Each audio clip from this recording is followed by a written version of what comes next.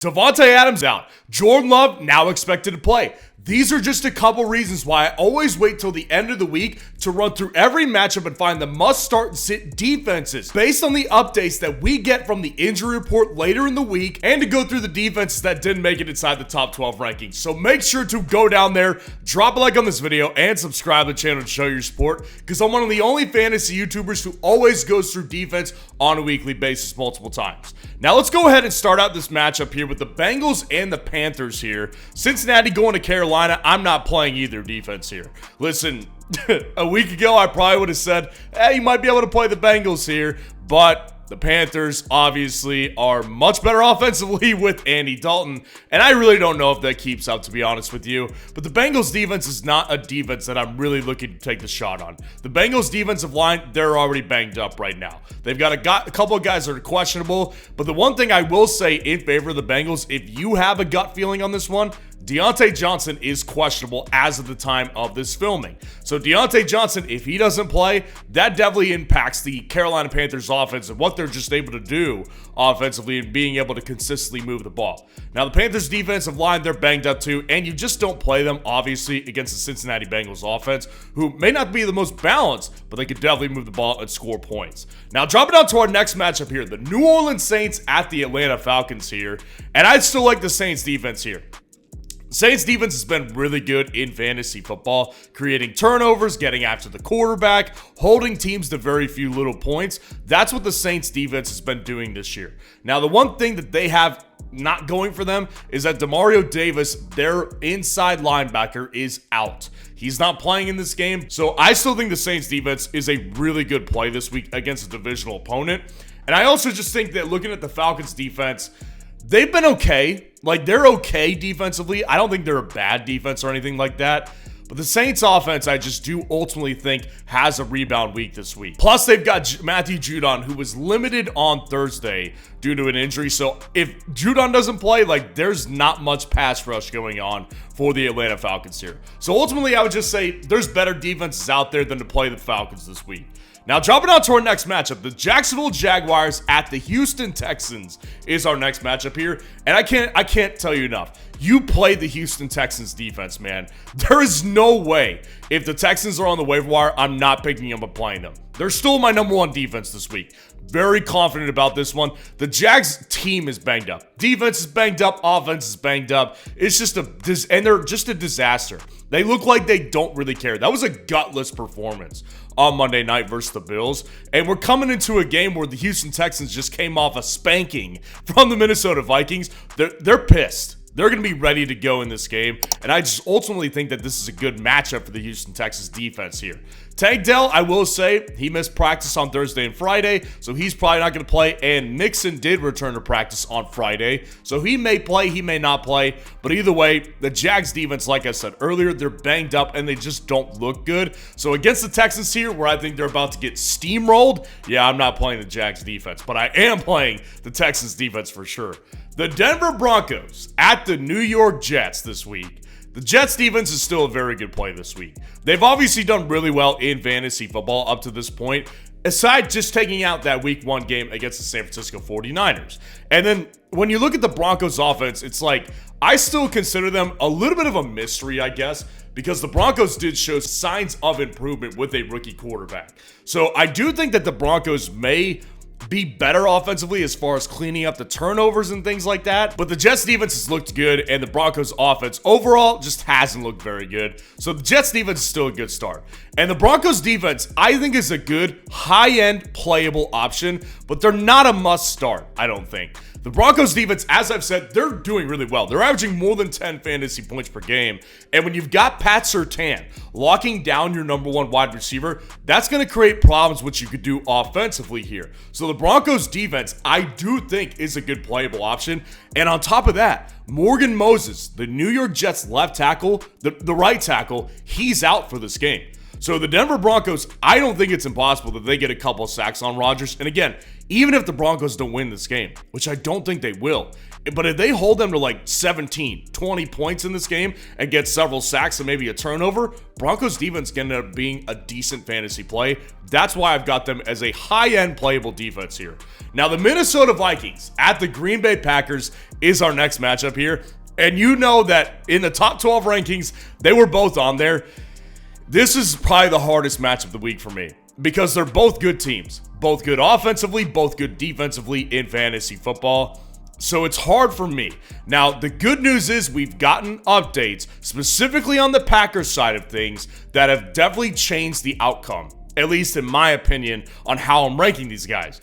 Jordan Love is expected to play all of a sudden. That changes the game for the Green Bay Packers here. That offense goes from conservative but still clean football to very high upside for points here. So I do think the Vikings defense is on a potential struggle bus this week.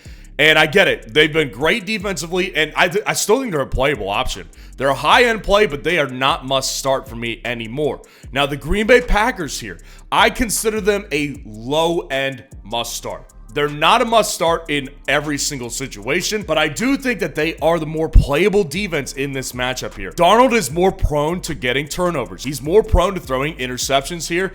The one thing that you need to keep in mind, Jair Alexander missed practice on Friday, so if he doesn't go, that's definitely going to limit the potential to stopping the Vikings from hitting big plays, because if Justin Jefferson has to face their second corner, Eric Stokes, that's going to be a much easier matchup for him. So keep an eye on this one. I don't know if he's playing or if he's missing, but missing practice on a Friday usually is not a great sign. And then the Packers defensive line, I will say they're banged up here. So again, like I said, hardest matchup of the week for me personally. My gut still says the Packers are a better play than the Vikings, but I think they're definitely both playable here. The Pittsburgh Steelers at the Indianapolis Colts is our next matchup, and nothing has changed. The Pittsburgh Steelers are a top 3 defense for me this week. I love the Steelers defense this week. Everything makes sense, right? The Steelers defense has been creating turnovers. They hold opponents to very few points. Anthony Richardson is a turnover machine right now in the NFL. And on top of that, the Colts aren't really scoring that many points aside from that week 1 game against the Houston Texans. So I do think that the Steelers defense is in line for a great week here. Now, Alex Highsmith, their other pass rusher opposite TJ Watt, he's out for this game. He's also a really good player, but I ultimately have to say about that, Herbig, the backup, Nick Herbig, actually a really good player. He did well last week against the Los Angeles Chargers offensive line, so I ultimately don't think it really matters here. Steelers defense is a top tier start. The Colts defense, I still think is playable. Steelers offensive line is banged up. In addition to Troy Fautanu, the right tackle, now their right guard is also questionable for this game as well. So the Colts here, they may be able to get a couple sacks on Justin Fields here. Now, I'll say, in addition to that, the Colts defensive line, they're actually banged up too. So maybe it's even Steven on that side of the ball. But ultimately, I just don't think the Steelers are scoring many points because they haven't done it any time. They've already hit their point quota last week when they hit 20 points. They're not probably going to hit more than 20 points in this game. So I think the Colts defense is still a pretty decent play. The Los Angeles Rams at the Chicago Bears is our next matchup here. And I think they're both playable. Neither one of these defenses is a bad play this week. Now, let's clear some things up because there's definitely differences here in why they're both playable. The Rams defense, they're not very good in fantasy. They're not a good fantasy defense. They haven't been all year. The reason they're playable this week is because in addition to the Colts, the Bears offense they're turning the ball over and they're just not moving the ball very much. Unless the Bears hit on a couple big plays down the field that are chunk plays, they're really not able to move the ball very well. They've got no run game whatsoever, and Caleb Williams looks like a rookie. So I think the Rams, just as a result of that, are a playable defense here. And the Bears, of course, they're an elite defense. The Bears defense is very good. The problem the Bears are facing right now is that the Bears are on the field forever. Their defense is on the field forever because, again, the Bears can't sustain drives. They're either hitting big chunk plays down the field or they're going 3 and out because they can't move the ball. That's the two options there. So either way, Bears defense is on the sidelines getting to breathe for just a really short period of time. So the Bears defense against the Rams offense, that's really injured now. Of course, Kupp is out and of course Puka's out. It's ultimately a decent play matchup here, but I would not say they're must start because the Rams don't turn the ball over very much, and the Rams did look good last week when Kyron Williams was taking over. So it's a tough one to sell for me personally to play the Bears defense, but I do think, of course, since they're very good defensively, that they're also a playable defense this week. The Philadelphia Eagles at the Tampa Bay Buccaneers this week, and listen, I think neither one of these defenses is the way I want to go. The Bucs are a low-end play this week, mostly because of Eagles injuries. Devonta Smith is going to be likely out of this game. Last time I saw, he was still in the concussion protocol, so all signs are pointing to him not playing. A.J. Brown did practice today on Friday, so I guess we'll see where that ends up. The reason I don't think A.J. is going to play is because they have a week 5 bye week. So it's like, well, if he's not 100%, why would you rush him back out there? So I ultimately don't think that either of their top 2 wide receivers play, and that's the only reason I think the Bucs are playable this week. Now, the Bucs defense, they're banged up too. Antoine Winfield, Vita Vea, they're still banged up as well. So maybe it means something to do, maybe it doesn't. I just don't really like the Bucs defense as a whole, ultimately in fantasy football. So I would say they're a low-end play option, but they're not the best play. The Eagles defense could be pushing playable for one reason. Look at the Bucs injuries right now. Now, again, not all these guys are going to miss this game, but they're banged up, especially their receivers. Their receiving core is banged up here. So maybe it's a very similar game to last week where both teams just don't really score many points. Eagles offense and Saints offense last week, they didn't score many points. Maybe we're looking at a similar outcome this week. So I don't know. I just ultimately don't trust the Eagles defense. They haven't shown me very much this year in fantasy. So I'm ultimately staying away from the Eagles defense, but I will say the Bucs defense is a decent play if you really had to. The New England Patriots at the San Francisco 49ers this week. Look, the 49ers, they have risen up for me. They did not make the top 12. They're there now. Updated rankings, they're there now for sure. The Patriots not only are bad, they're actually banged up too. So it's like the Patriots may not get anything going. And the San Francisco 49ers defense, they're all of a sudden healthy again. Ufunga, the safety, he's back in action, and he looks really good already. So I think that Ufunga being back is definitely what helps put the 49ers defense inside of must-start territory, along with the Patriots' offensive woes and all their injuries here. So the 49ers, I do think, are a really good play this week. And then, of course, you don't play the New England Patriots here. Patriots are in a tough matchup here. The only reason I was slightly considering having them playable earlier in the week is because of all the injuries the 49ers have. Well, Brock Purdy's cleared. He's good to go. Kittle is looking like he is going to play. Apparently, he's expected to go. And Deebo Samuel right now, still up in the air, but he did return to practice on Thursday here. So ultimately, I would just say stay away from the Patriots defense. That's not a matchup that you particularly want to take advantage of. The Washington Commanders at the Arizona Cardinals this week. Don't play either defense. Listen, the Commanders defense is not good at all. They're not a good fantasy defense here. And ultimately, with Trey McBride missing this game, it may convince people are they playable? I just don't think it's a good shot to take when this has one of the highest over-unders of the week. The Cardinals defense, they've low-key been good in fantasy. I will say that. But the other thing is, the Commanders can score. We saw it on Monday night, and they can move the ball. So I'm just not taking the chance on the Cardinals this week. I'd rather play the Cardinals than the Commanders if I'm in a super deep league and all the other options are taken up. But I don't want to play any of these defenses. And in 12-team, 14-team leagues, there's better options out there. Just stay away from these two defenses.